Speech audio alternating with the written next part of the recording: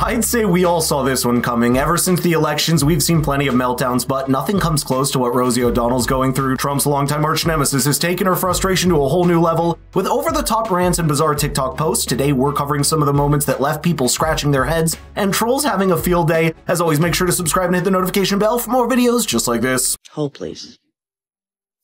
So Mika and Joe went down to Mar-a-Lago to kiss the ring. It's the last time I ever watched Morning Joe. Period.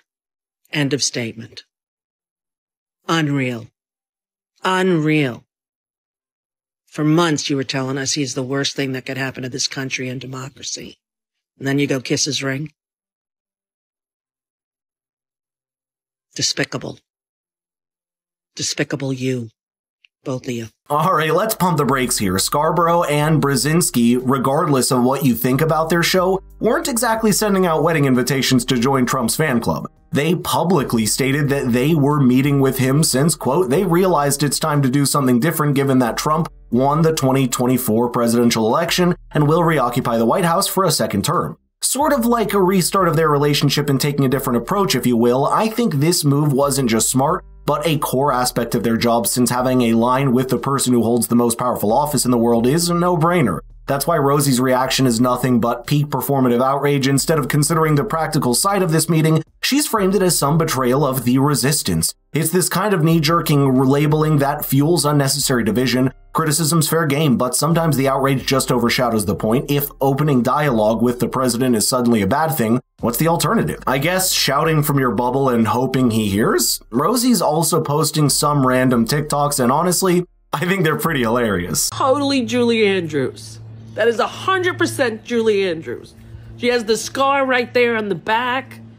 Oh my God, this is the best moment of the last freaking 14 days or whatever number we're on. Please, everyone, believe. You know what? Julie Andrews lives. TikTok, you don't stop. To give a bit of context, she's not referring to the legendary Julie Andrews here. Instead, she's talking about a squirrel she befriended in her garden that went missing. Now she's getting emotional over its supposed return. Naturally, this is the internet, so people trolled her in the comments, with one user saying, quote, she looks like she has been awake since the election, while another joked she probably can't figure out how to turn the comments off. I think she should stay away from politics and do more similar content. After all, she started her career as a comedian and an entertainer. She was pretty cool when I was a kid. I'm not saying she shouldn't have political opinions or refrain from expressing them, far from it. But it's clear that her political commentary has been divisive, to say the very least. So maybe take a hint, Rosie. Less yelling about politics, more squirrel stories. Maybe she could even become the next legendary American version of Steve Irwin. Jokes aside, though, I know all of this is wishful thinking from my end, because Rosie released another rant. She went off on the MSM and the Democrats this time. Anyway, everybody. Hope you're feeling, excuse me. Hope you're feeling good. Hope that you're paying attention to what's going on, but trying to stay informed and knowledgeable about what's happening here in our country. I don't understand why, like the news, the sirens aren't going, you know. Warning, warning, Will Robinson. Break glass in case of emergency. Break glass, it's an emergency. Like it's an emergency. Everybody's just going on like it's nothing. Fodio dodo, you know? I don't understand. The Democrats have been disappointing, to say the least.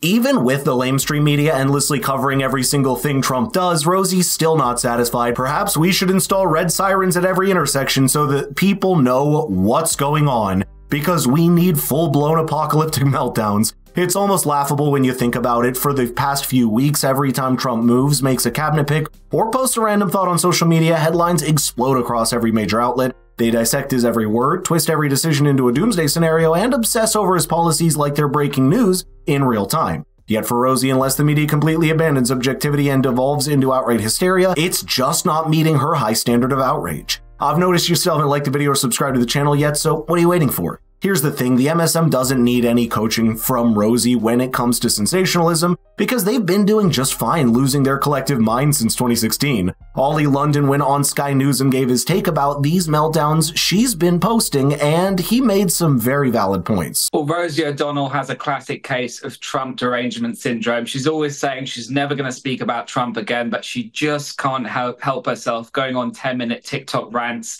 Now she's making her TikTok account private. She's made a brand new account so Trump fans can't see her videos. And, you know, Trump won by a landslide with both, like you said, the popular vote and the electoral college vote. So she clearly needs to study the system and also to see that he won by an absolute landslide with 312 electoral college votes and at least 5 million more votes than Kamala in terms of the popular vote. So, you know, but people with Trump derangement syndrome, they can't seem to see the facts, Rita. They just see their rage for Trump. Listen, I'm not usually one to throw around terms like Trump derangement syndrome. Feels a little overused and dismissive at this point, but in Rosie O'Donnell's case, it's hard to ignore. She seems absolutely fixed on Trump, and every minute of her day is consumed by what he's doing, saying, or thinking. It's not just your average level of political disagreement, it's like she's turned him into the center of her universe. Don't get me wrong, disagreeing with a politician is totally fair game, and it's actually what makes democracy amazing. It's not just criticism or holding someone accountable, it's an obsession.